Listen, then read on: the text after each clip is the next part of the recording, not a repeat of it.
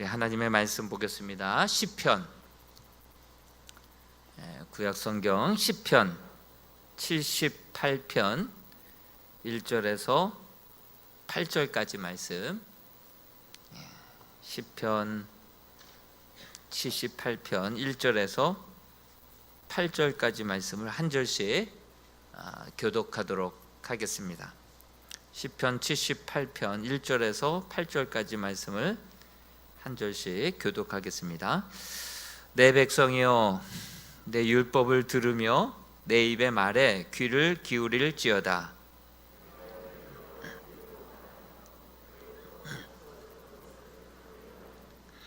이는 우리가 들어서 아는 바요, 우리의 조상들이 우리에게 전한 바라.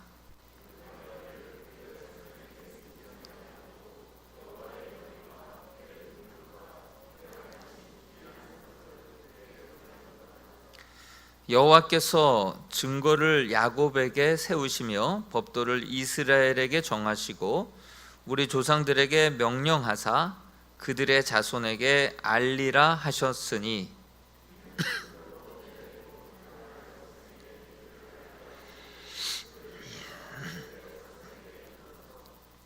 그들로 그들의 소망을 하나님께 두며 하나님께서 행하신 일을 잊지 아니하고 오직 그의 계명을 지켜서 그들의 조상들 곧 완고하고 패역하여 그들의 마음이 정직하지 못하며 그 심령이 하나님께 충성하지 아니하는 세대와 같이 되지 아니하게 하려 하심이로다. 아멘.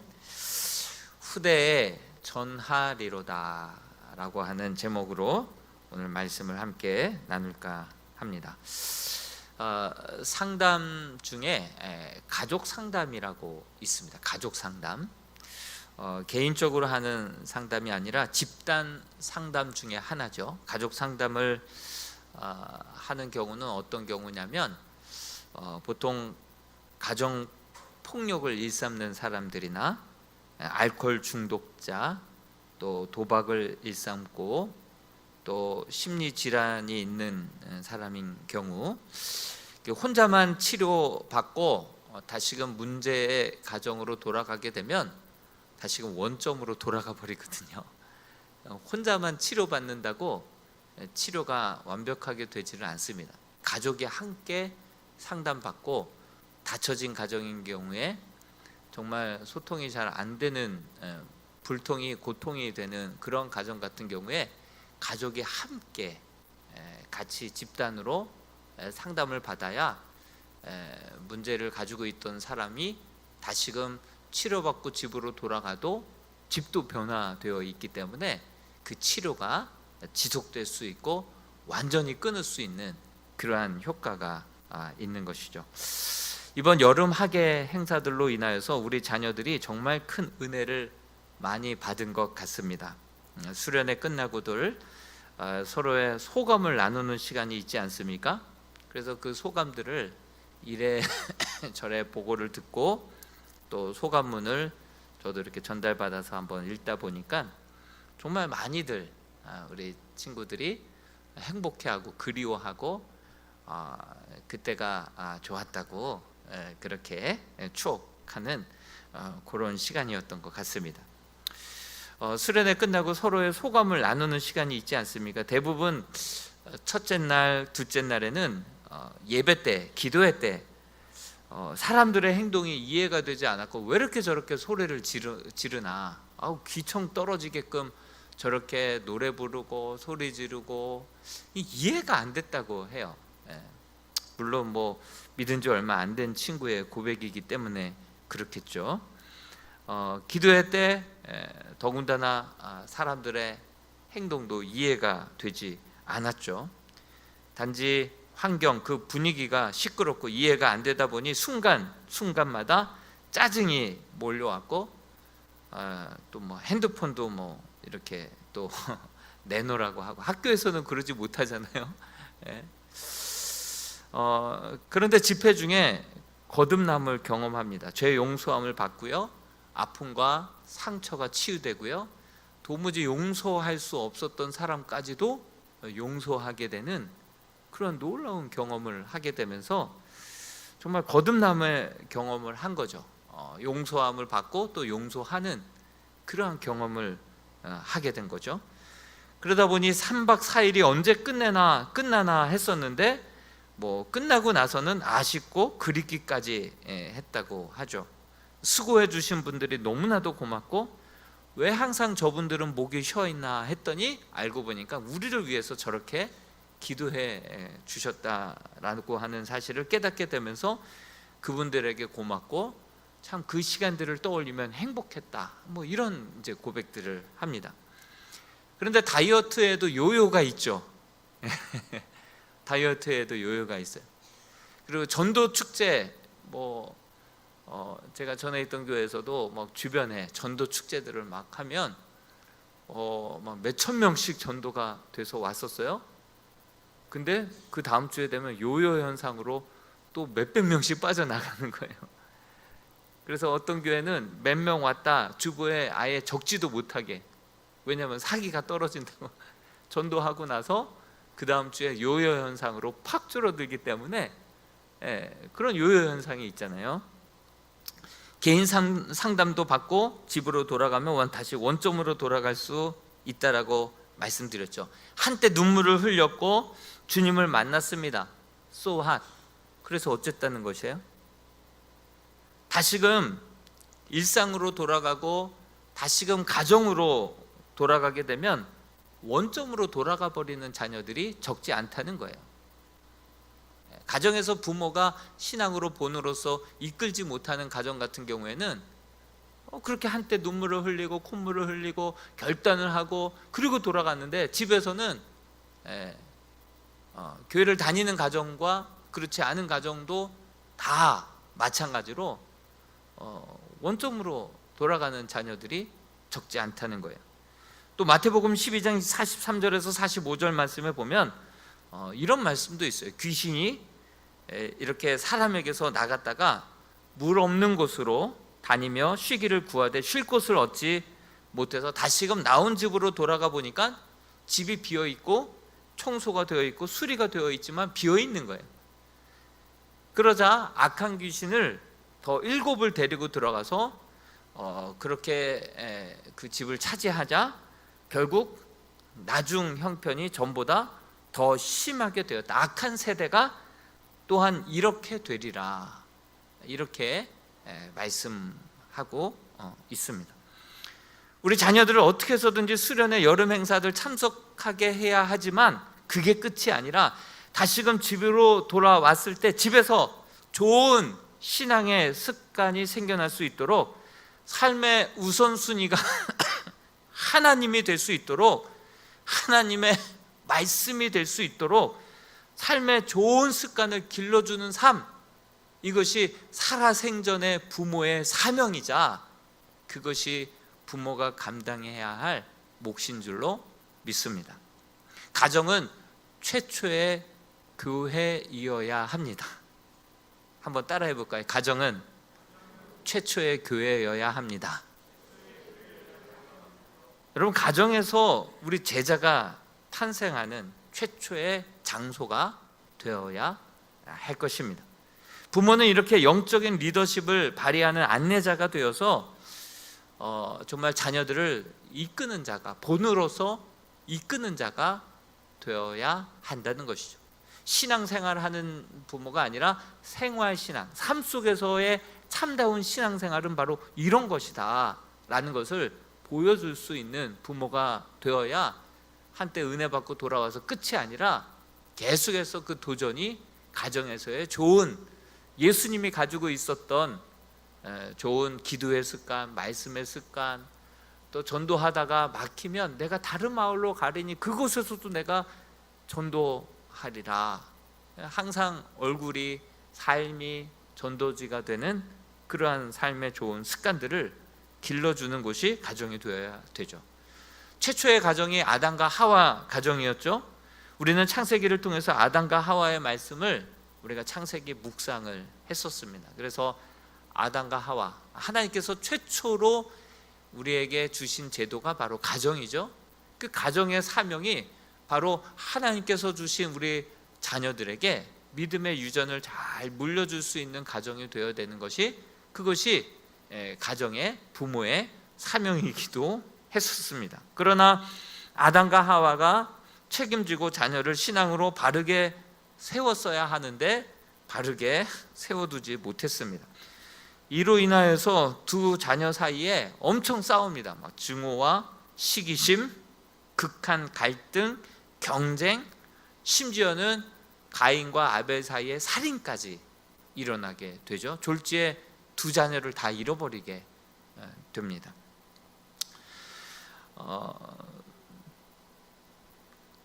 두 자녀 중에 한 자녀라도 거듭남을 경험했다라고 한다면 이렇게까지 서로들 용서 못하고 이렇게 싸우고 경쟁하고 서로 죽일 듯이 이렇게 서로 등 돌리고 살지는 않았을 것입니다. 참 복음을 알지 못했기 때문에, 그것을 통과하지 못했기 때문에 서로에게 용서도 할 수 없고 화해도 할 수 없는 그런 관계로 그렇게 가닥지어진 것은 아닌가 생각을 해봅니다. 하나님께서 가인에게 동생을 묻자 자신이 들판에서 시기심에 그 동생을 죽여놓고선 내가 동생을 지키는 자니까 하나님께도 정직하지 못하고 하나님을 경외하지도 못한 그런 자녀를 아담과 하와가 만들어 냈더니 결국은 하루아침에 두 자녀를 그렇게 동시에 다 잃어버리고, 자녀가 죽으면 가슴에 묻는다고 그렇게 쓰라린 아픔과 고통을 간직하며 살아가는 인생이 되고 말았습니다. 부모는 자녀들에게 죄의 소원은 내게 있으나 너는 죄를 다스리는 자가, 이기는 자가 되어야 된다, 승리하는 법을 가르쳐주는 그러한 부모가 되어야겠죠. 하나님께서 가인과 가인의 제사는 안 받으시고 아벨과 아벨의 제사는 받듯이 하나님께서는 좌우지간 예배 드린다고 다 받는 게 아니다, 그의 삶을 보고 그의 예배를 받으실지 안 받으실지 결정하기 때문에 정말 가정에서 참된 예배자의 삶과 그 모습은 어떤 모습이어야 하는지, 하나님이 찾으시는 예배자는 어떤 자인지를 우리 부모가 본으로서 보여주고 가르쳐줘야 할 사명이 가정에 있다라고 하는 사실이죠. 동시에 이 가인이 결국은 그 동생을 죽이고, 그리고 가인이 하나님의 보호와 인도함을 벗어나서 에덴 동쪽으로 그렇게 가게 됩니다. 그곳에서 성을 쌓았고 최초의 성 이름이 바로 에녹성이죠. 가인이 하나님을 떠나서, 하나님을 떠나다 보니까 보호해 주는 사람 없죠, 공급해 주는 사람 없죠. 그러니 자급자족해야 되죠. 내가 스스로 노력해서 내 자신을 지키고 내 자신을 보호하고 내 자신의 앞가림을 해야 되죠. 그리고 연약한 사람들과 경쟁해야 되죠. 그러면서 전쟁까지 치르게 되면서 그렇게 남들 것까지 싸워서 뺏어서 내 것으로 삼고 쌓아놓고 살아야 되기 때문에 그렇게 성을 쌓는 인생이 되었죠. 하나님을 떠난 인간이 자꾸 성을 높이 쌓고 그 위에다가 사이다 날카로운 병을 깨트려 가지고 그렇게 높이 세우려고 하는 그 이유와 본능, 그 결론이죠. 하나님을 떠난 인생이 바로 그와 같습니다. 창세기 우리 4장 16절에서 17절의 말씀을 같이 한번 읽어보겠습니다. 시작.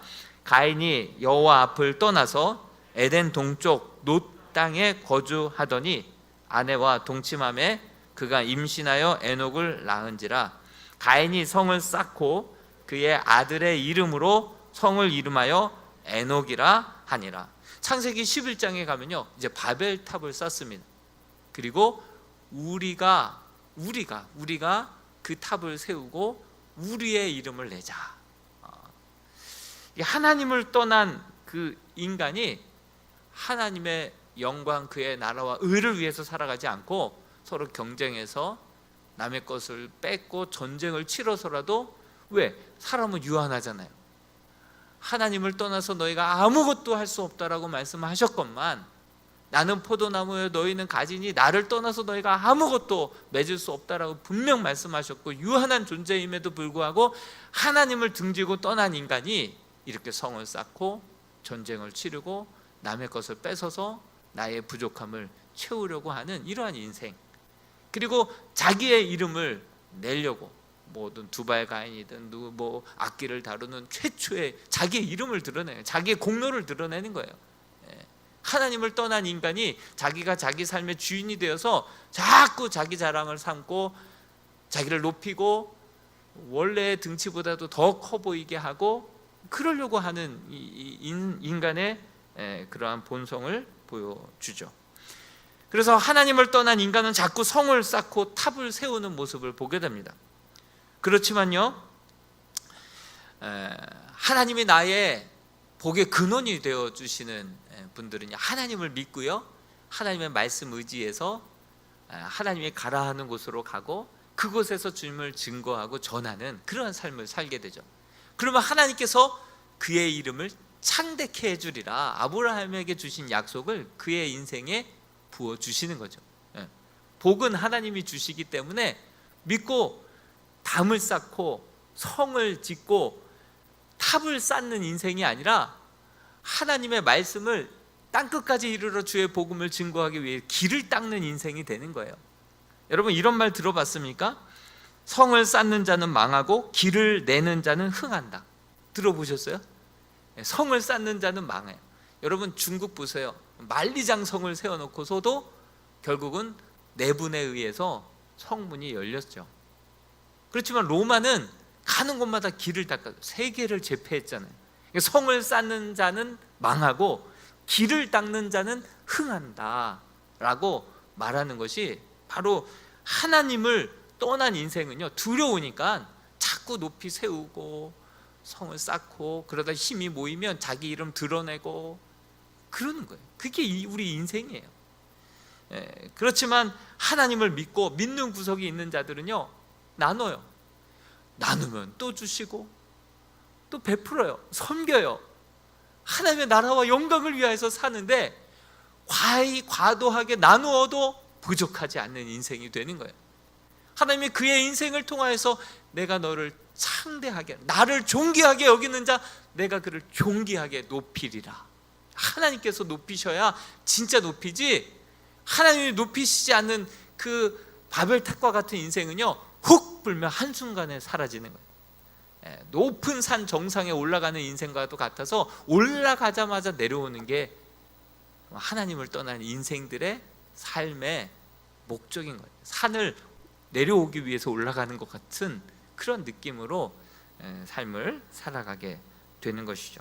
인생은 둘 중에 하나예요. 성 쌓는 인생 아니면 길을 닦는 인생이다 라고 하는 사실이죠. 여러분, 우리는 우리 다음 세대에게 하나님을 사랑하고 신뢰하는 믿음을 전하지 않으면 기성세대는 실패를 경험하게 될 것이고, 우리의 다음 세대는 다음 세대가 아닌 여호와를 알지 못하는 다른 세대가 나오게 될 줄로 믿습니다.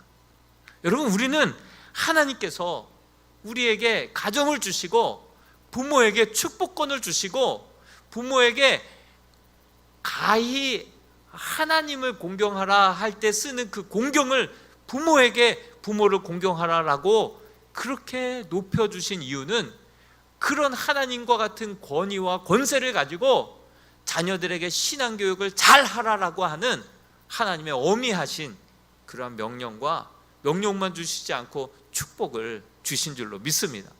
그래서 모세의 기도, 아론의 기도 보면 아버지들이 기도하는 기도대로 자녀들이 다 그렇게 그 족속과 그 지파와 아버지의 축복대로 아이들이 변화되고 그렇게 민족이 자라나가는 모습을 보게 되는 거예요. 여러분, 우리가 품 안의 자식이라고 아이들이 어리면 어릴수록 그러한 사명을 더 잘 감당하지 못하게 되면 크면 클수록 다시금 뉘우치고 돌이키고 회개하고 그러기가 너무나도 어려워져요. 여러분, 자녀들이 머리가 커져 버리면요, 부모 말 듣지도 않죠. 처음에는 무조건 옳습니다 했던 자녀들이 나중에 사춘기가 되면요, 뭐 잔소리라고 하고 그리고 다 틀린 것처럼 생각하고 부모님 돌아가셔야 비로소야 부모님 말이 다 맞았구나. 나중에 후회한들 그때는 늦는 것이죠. 에스라서 10장 2절에서 3절에 보니까요, 이미 자녀들이 다 커가지고요, 너무 늦은 상태에서 하나님의 말씀을 깨닫고 에스라 선지자의 눈물의 호소 가운데 회개하고 돌이키려고 하니 이미 머리가 다 커져버리고 결혼하고 이방 여인들과 벌써 자녀까지 낳은 자녀들은요, 돌이키기가 너무 어려운 거예요. 한번 읽어볼까요? 에스라서 10장 2절에서 3절 말씀 같이 한번 읽어봅니다. 시작. 엘람 자손 중 여이엘의 아들 스가냐가 에스라에게 이르되 우리가 우리 하나님께 범죄하여 이 땅 이방 여자를 맞이하여 아내로 삼았으나 이스라엘에게 아직도 소망이 있나니 곧 내 주의 교훈을 따르며 우리 하나님의 명령을 떨며 준행하는 자의 가르침을 따라 이 모든 아내와 그들의 소생을 다 보내기로 우리 하나님과 언약을 세우고 율법대로 행할 것이라. 여러분, 이렇게 자녀들이요 다 크고 이방 여인과 이미 결혼해서 자녀를 낳은 상태에서 회개하고 돌이키려니 얼마나 힘들어요. 그 이방 여인을 그냥 돌려보냈대요. 그 이방 여인과 낳은 자녀들을 생이별하면서 그냥 돌려보냈대요. 하나님의 말씀에 옳다라고, 우리가 그렇게 살지 못했노라고 회개하고 돌이키려고 그때 가서 하려고 하니 얼마나 자녀들과 생이별을 하고 상처를 주고 그때 돌이키기에는 이렇게 힘든 거예요.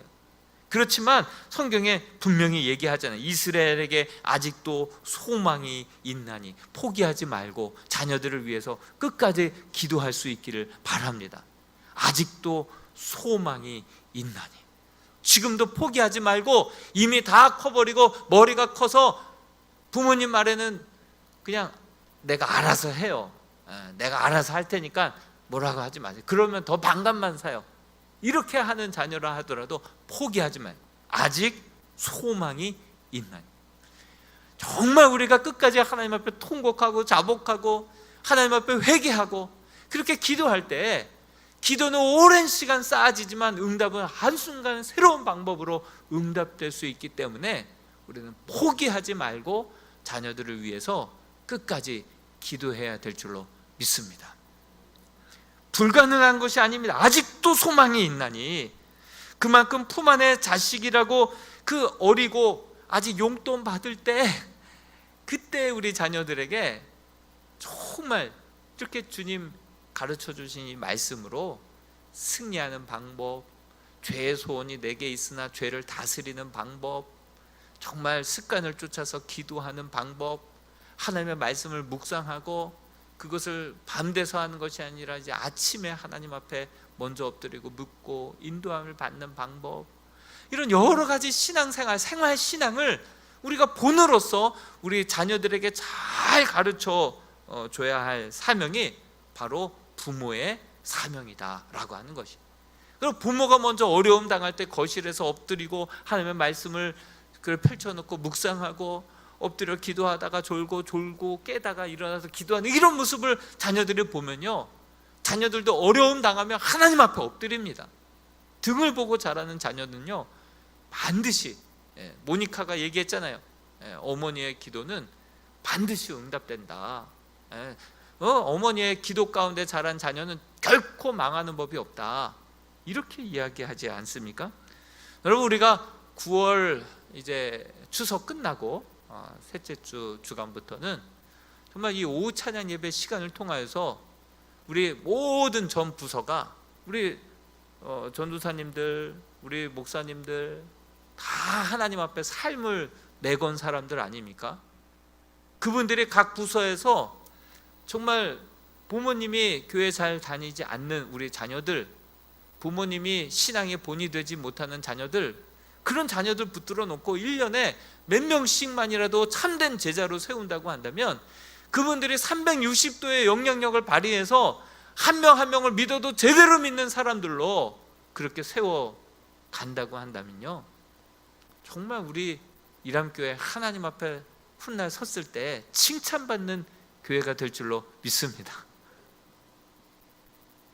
저는 오후 찬양 예배 때 앞에서 한 분만 설교하고 나머지 분들 막 드럼 치고 기타 치고 계시고 싱어로 계시고 위에서 PPT 놓고, 우리 정말 삶을 하나님 앞에 헌신했던 우리 귀한 각 부서의 교육자들이 그렇게 그 시간들을 통해서 한 명 한 명에게 정말 그렇게 360도 영향력을 끼치는 그런 목회자가 되고, 성도들도 오후 찬양 예배는 생각지도 못하고 나오지도 않을 그런 사람들, 믿음 연약한 사람들을 불러내서 그 시간들을 통하여서 정말 부모가 먼저 제자가 되고, 그리고 가정에서 우리 자녀들을 주의 제자로 삼는 그러한 부모가 됩시다. 그렇게 제자 훈련을 하게 되면요, 그렇게 우리가 자녀들이 교회 와서 감동받고 결단하고 변화되고 눈물 콧물 쏟고 집에 돌아가면 믿음의 영적인 요요 현상이 일어나는 그런 가정이 아니라, 집에서도 참된 신앙의 모습으로 본으로서 등을 보여줌으로 아이들을 신앙으로 믿음으로 이끌 수 있는 그런 교회가 되었으면 좋겠습니다. 여러분, 항존 직분자들도요, 먼저 가정을 제일 잘 다스리지 못하면서 교회에 나와서 일하지 말라고 했어요. 먼저 가정을 잘 다스리는 자들을 뽑으라고 말씀하고 있지 않습니까? 가정에서 믿음의 본으로 자녀들에게 영향력을 끼치는 그러한 부모가 우리 부모님의 참된 사명인 줄로 믿습니다. 우리 교회가 앞으로 그런 방향으로 나갔으면 좋겠어요. 오늘 시편 78편도요 3가지로 구성되어 있습니다. 1절에서 5절까지는 후대에 하나님의 일하심을 그렇게 후대에 우리 자손들에게 알리라라고 하는 당부의 말씀이 나와 있습니다. 또 6절에서 8절 말씀에 보면 그 당부하는 이유에 대해서 분명하게 6, 7, 8절에 말씀하고 있죠. 그리고 우리가 읽지는 않았지만 9절에서 11절까지의 말씀은 그 당부의 말씀을 지키지 않았던 그때 당시에 에브라임 지파의 실예를 그때 당시에 이 말씀이 기록될 그때 당시 가장 최근에 에브라임이 이 후대에 하나님의 말씀을 자녀들에게 가르치지 못함으로 말미암아 결국 그 민족, 그 지파가 어떻게 됐었는지에 대해서 아주 생생한, 아주 민낯을 그냥 드러내는 실예를 9절에서 11절에 담아 두었습니다. 먼저 우리 시편 78편 1절 말씀에 보면 내 백성이여 내 율법을 들으며 내 입의 말에 귀를 기울일지어다. 이 말씀이요, 저는요 신명기 32장 1절 말씀과 헷갈릴 정도로 너무 비슷한 거예요. 우리 신명기 32장 1절 말씀을 한번 같이 읽어보겠습니다. 시작. 하늘이여 귀를 기울이라, 내가 말하리라, 땅은 내 입의 말을 들을지어다. 너무 비슷하지 않습니까? 이 신명기 32장은요 신자가 새로울 신자가 아니에요. 다시 신자예요. 가나안 땅의 입성을 앞두고 제2세대인 이스라엘 백성들에게 너희가 가나안 땅에 들어가거든 그곳에서 정말 하나님을 가장 사랑하고 의지하고 주의 계명을 잘 지키는 자가 되어야 한다라는 것을 다짐하고 당부하고 가르쳤던, 심지어 신명기 32장은 모세의 노래라고 또 할 정도로 노래로 이것을 만들어서 이것들을 잊지 말라고, 그 땅에 가거든 자녀들에게 하나님을 사랑하게 하고 그렇게 이웃을 사랑하게 하면서 하나님의 계명을 떠나지 말고 자자손손 이것을 잘 지키는 자가 되게 해라. 이렇게 하나님께서 노래로 만들어서 이것을 잊지 말고 기억하라고 그렇게 강조하고 또 강조했는데도 불구하고 가나안 땅에 들어가서 여호수아 이후에 여호수아가 죽자마자 사사기 시대가 되지 않습니까? 첫 번째 사사가 될 때 벌써 그때 여호와를 알지 못하는 세대가 나와버렸어요. 여호와를 알지 못하는 세대가 나와버렸어요. 한 세대만 이 사명 감당하지 못하면요 우리 자녀들 세대에서는요 바로 여호와를 알지 못하는 세대가 나올 수밖에 없다라고 하는 사실이죠. 이렇게 노래를 만들어서라도 이것을 잊지 말고 그 땅에 들어가거든 이 계명을 지키고 따르고, 많은 사람들이 이것이 바로 하나님의 의이고 하나님의 다른 백성들의 삶의 모습이구나, 이렇게 노래를 지어서 이것을 자자손손 잊지 말고 가르치고 기억시키라고 했음에도 불구하고 이걸 지키지 않자 결국 이스라엘의 모든 흥망성쇠가 다 이로 인하여서 나오게 된 거예요. 이로 인하여서 그 역사가 말하는, 성경이 말하고 있고요, 이스라엘의 역사가 이것을 그냥 여과 없이 다 이야기하고 있는 것입니다. 시편 78편 3절에 보니까 이는 우리가 들어서 아는 바요 우리 조상들이 우리에게 전한 바라. 우리가 들어서 아는 바고 우리에게 조상들이 전해줘서 아는 바예요. 우리는 하나님의 놀라운 은혜 가운데 출애굽도 경험하고 40년 광야 생활도 통과했습니다. 이런 놀라운 은혜를 우리가 들어서 알고 조상들에게 가르침을 받아서 알고 우리가 보아서 알아요. 그런데 그것을 자녀들에게 가르치지 않는 거예요. 그런데 그것을 더 이상 자녀들에게는 알려주지 않는 거예요. 보여주지 않는 거예요. 우리는 은혜를 그렇게 많이 받았음에도 불구하고 오늘 우리가 이 자리에 있기까지 얼마나 많은 사람들의 기도와 헌신과 수고와 사랑과 섬김이 있었기 때문에 오늘 우리가 있었던 거 아니겠어요? 우리는 그렇게 많은 은혜를 받아 놓고서 우리는 그 복음의 그 축복의 종착역이 돼버려서 우리 자녀들에게는 그냥 다 안다 치자, 다 잘 믿는다 치자, 그렇게 알아서들 서바이벌 게임 하겠지 하고 더 이상 푸시도 못하고 공부 못하고 성적 떨어지면 그렇게 안타까워하면서도 그렇게 하나님에 대해서 점점 멀어지고 그 부분에 대해서는 전혀 아파하지도 않는 그러한 우리들의 모습을 보게 됩니다. 그래서 시편 기자는 이 일이 반복되지 않기 위해서 자손들에게 숨기지 말고 후대에 전하라 계속해서 당부하고 또 당부하고 있는 거예요. 그 당부하는 이유가 6절과 8절 말씀에 나오는데요, 6절과 8절 말씀을 같이 한번 읽어보겠습니다. 시작. 이는 그들로 후대 곧 태어날 자손에게 이를 알게 하고 그들은 일어나 그들의 자손에게 일러서 그들로 그들의 소망을 하나님께 두며 하나님께서 행하신 일을 잊지 아니하고 오직 그의 계명을 지켜서 그들로 조상들 곧 완고하고 패역하여 그들의 마음이 정직하지 못하며 그 심령이 하나님께 충성하지 아니하는 세대와 같이 되지 아니하게 하려 하심이로다.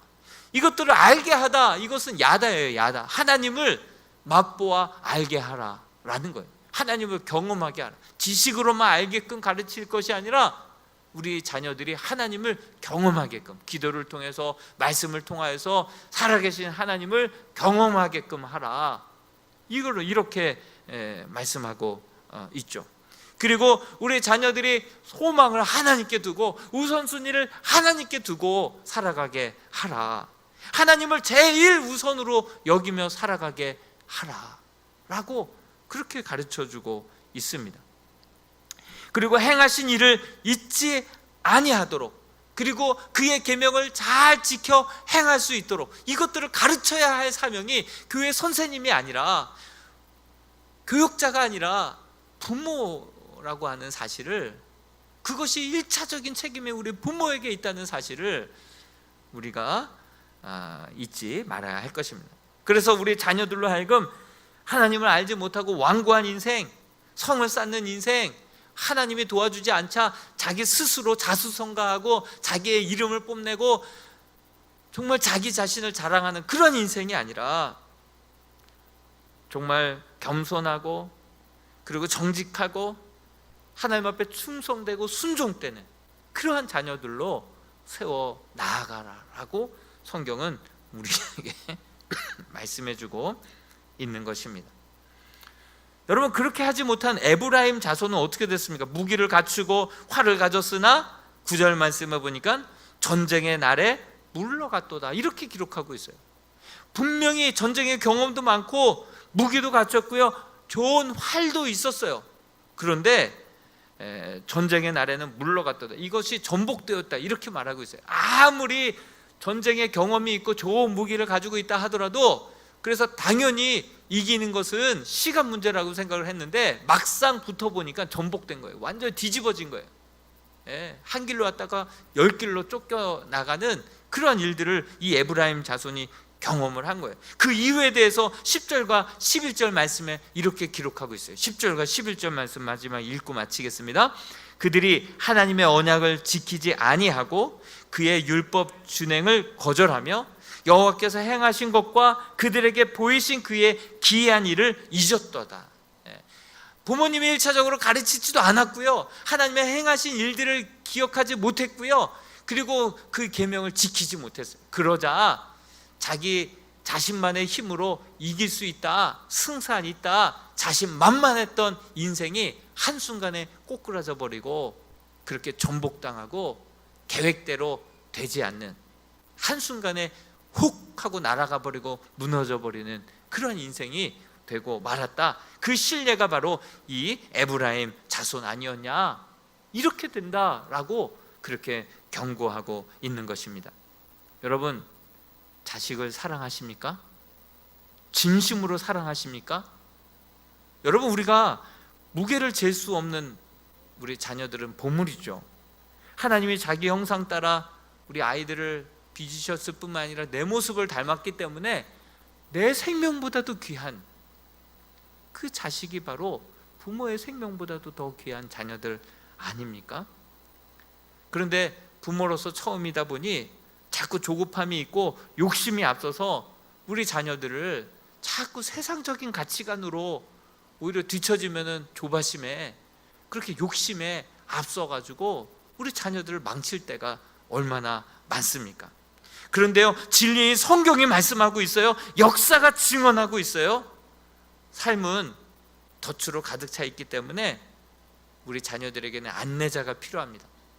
먼저 여러분들이, 저와 여러분들이 주님을 잘 믿는 주의 제자가 되어서 하나님의 말씀을 먼저 우리 마음판에 새기고 정말 우리 자녀들에게 믿음의 본이 되어서 자녀들을 신앙으로, 믿음으로 잘 이끌어서 죄를 극복하고, 죄의 소원이 있으나 늘 죄에 대해서 승리하는 삶, 하나님이 찾으시는 예배자의 삶, 하나님의 말씀 가운데 수많은 선택의 길에서 하나님의 뜻을 쫓아서 그렇게 손해볼지언정 그렇게 나아가서 결국은 하나님이 그의 이름을 창대케 해주시고 하나님을 존귀하게 여기는 자, 하나님이 존귀케 만드시는 그러한 삶을 살아가는 자녀들로 세워 나아갈 수 있는 저와 여러분들이 될 수 있기를 주님의 이름으로 축복합니다.